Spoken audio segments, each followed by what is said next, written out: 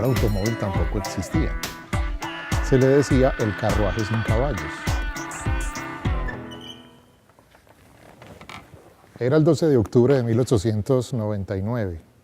Don Carlos Coriolano Amador Fernández, uno de los personajes más acaudalados del país por aquel entonces, recibió una encomienda de Francia. Se trataba de un automóvil, es decir, un vehículo que era propulsado por un motor, sin caballos. Era una cosa que nunca se había visto en este país y en esta ciudad.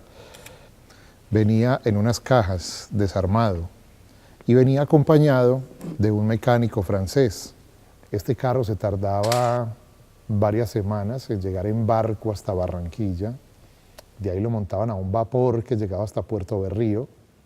Posteriormente era embarcado en el ferrocarril de Antioquia, que estaba recién inaugurado, hasta Barbosa, y ahí lo traían a lomo de mula hasta la ciudad de Medellín.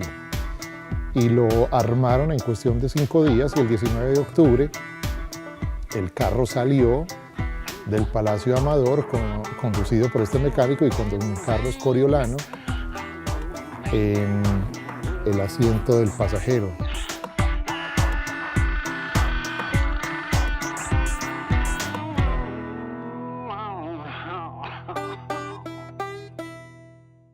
Era este automóvil. Se llamaba de Dion Bouton, vis a vis.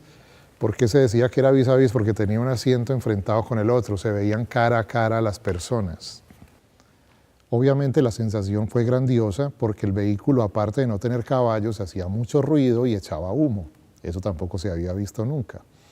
Algunos subían despavoridos, otros le sacaban agua para que tomara, otros echaban la bendición. Y don Carlos Coriolano llevó el vehículo de paseo hasta el Parque de Berrío.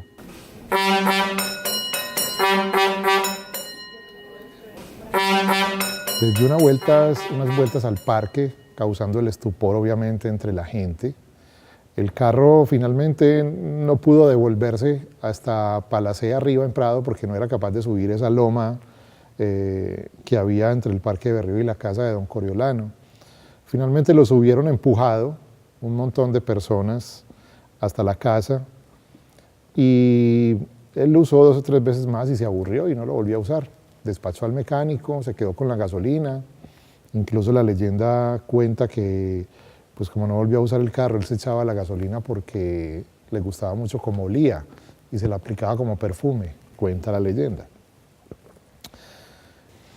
Por allá en 1905, un mecánico de carretas le dijo, si quieres yo me quedo con el carro y yo lo pongo a funcionar y le echamos ahí la gasolina que le sobró y eso. Él lo hizo funcionar en algunos eventos públicos donde todavía era un descreste que la gente viera un carro, todavía no estaban entrando al país los vehículos, y finalmente el carro terminó en una finca en el sector donde hoy queda el Colegio de la Enseñanza, en el poblado Loma de los Balsos. Ahí los chicos vecinos de la finca le quitaron las ruedas y usaron la carrocería, o lo que quedaba de ella. Esta es la carrocería. Entonces la usaban para tirarse por esas lomas de ahí del poblado hasta donde hoy queda el Centro Comercial Oviedo. Lo usaban y lo usaban hasta que la señora de la finca dijo, no, esos muchachitos se van a matar en ese carro, es mejor deshacernos de él, y le ordenó al mayordomo que enterrara el vehículo. Y cuenta la leyenda que el carro, el primer carro que llegó a Colombia, que llegó a Medellín, con el que se inició la historia del automóvil en el país, yace enterrado en un lote, ahí aledaño o cercano a donde es el Colegio de la Enseñanza.